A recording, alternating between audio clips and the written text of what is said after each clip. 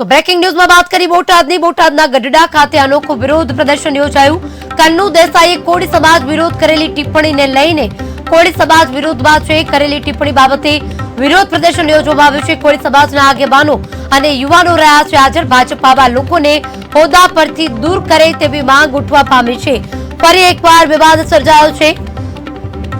બોટાદના ગઢડા ખાતે અનોખું વિરોધ પ્રદર્શન યોજાયું છે। કન્નુ દેસાઈએ કોળી સમાજ વિરુદ્ધ કરેલી ટિપ્પણીના વિરોધના સૂર ફરી ઉઠ્યા છે। કોળી સમાજ વિરુદ્ધ કરેલી ટિપ્પણી બાબતે વિરોધ પ્રદર્શન યોજવામાં આવ્યું છે। કોળી સમાજના આગેવાનો અને યુવાનો હાજર રહ્યા હતા।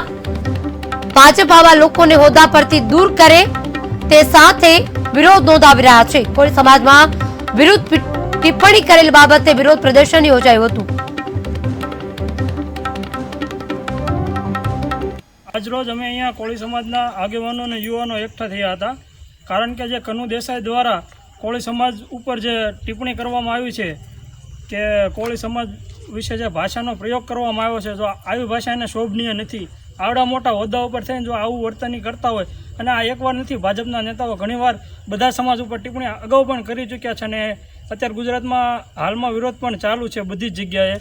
પરંતુ આ જે કનુભાઈએ કીધું છે કે કોળી સમાજ વિશે, તો ભાઈ કનુભાઈ, શું કોળી સમાજ તમારા ઘરેથી દાણા લઈ જાય છે કે શું તમે તેના ઘરે દાણા નાખી જાઓ છો? કે તમે ગમે તેમ બોલો અમે સાંખી લઈશું?